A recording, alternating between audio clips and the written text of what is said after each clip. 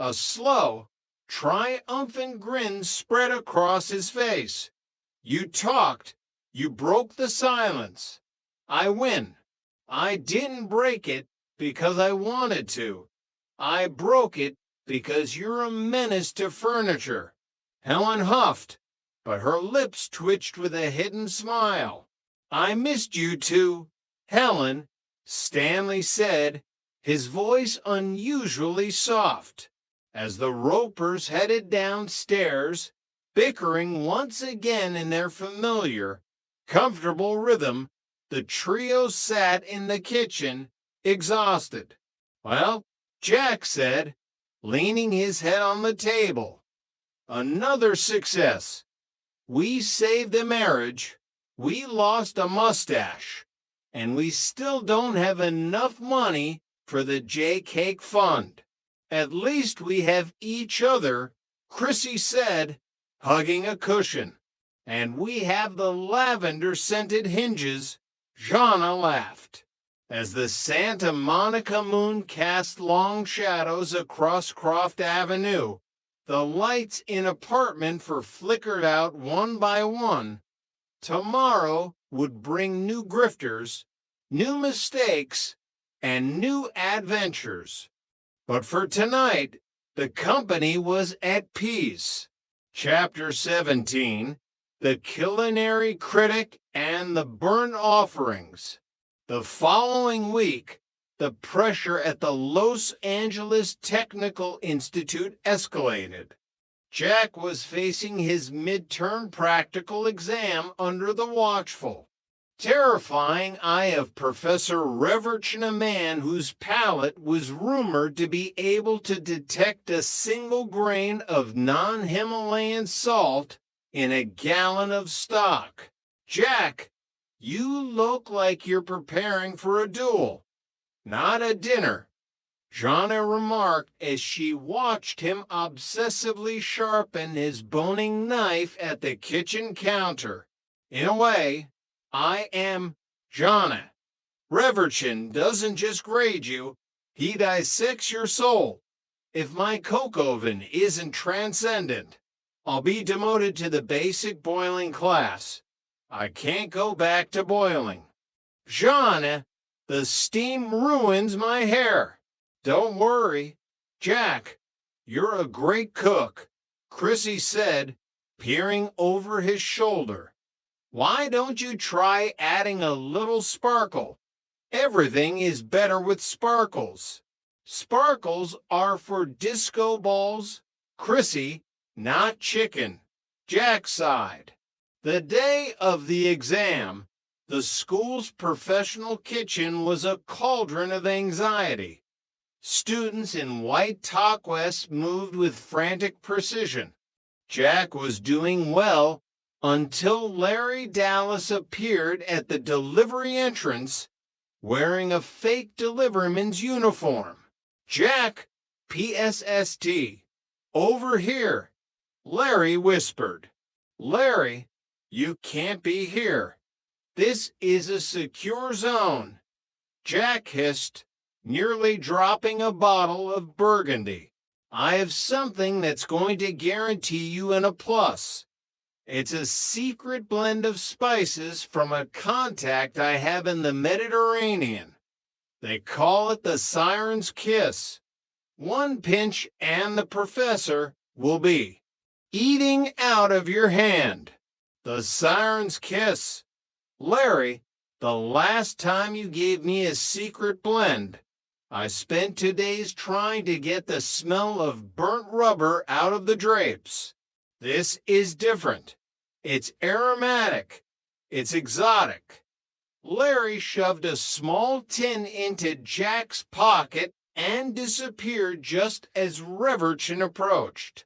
In a moment of sheer, exam-induced panic, Jack sprinkled a generous amount of the Siren's Kiss into his sauce. The reaction was immediate.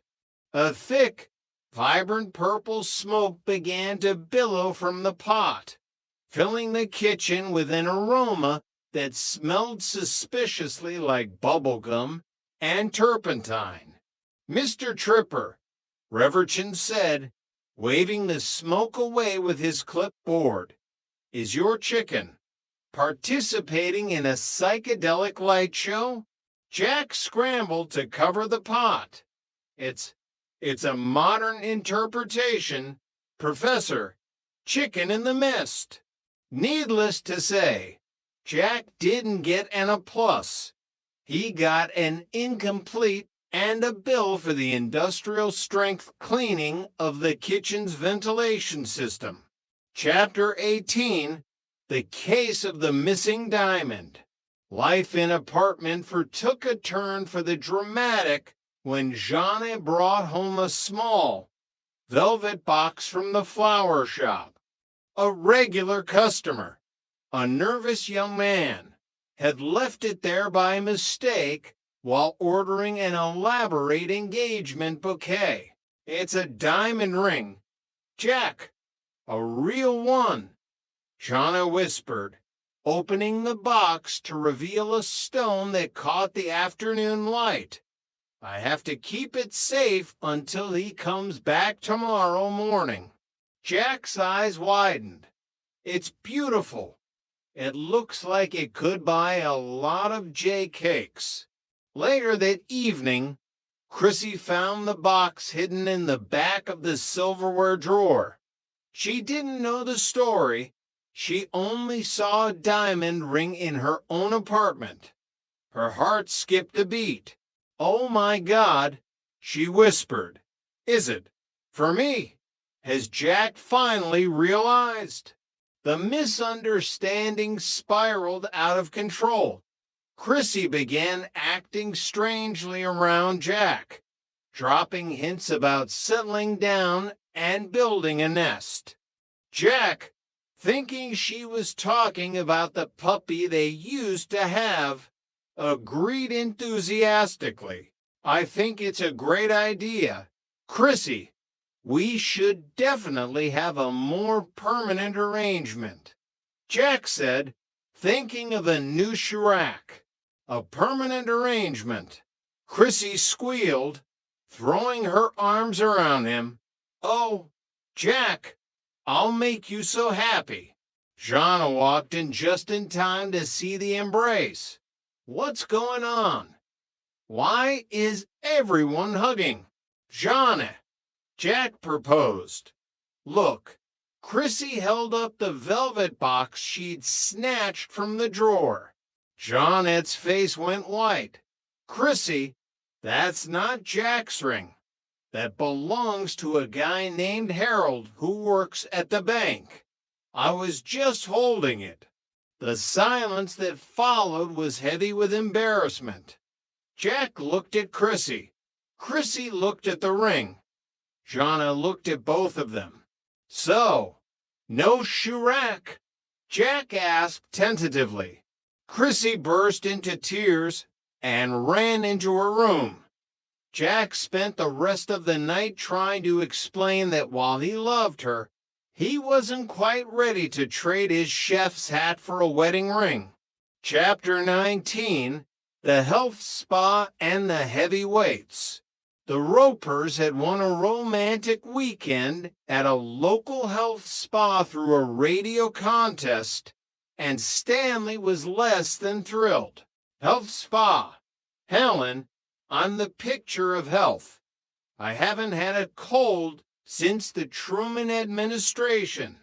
Stanley complained as he packed his suitcase with cans of beer and bags of pretzels.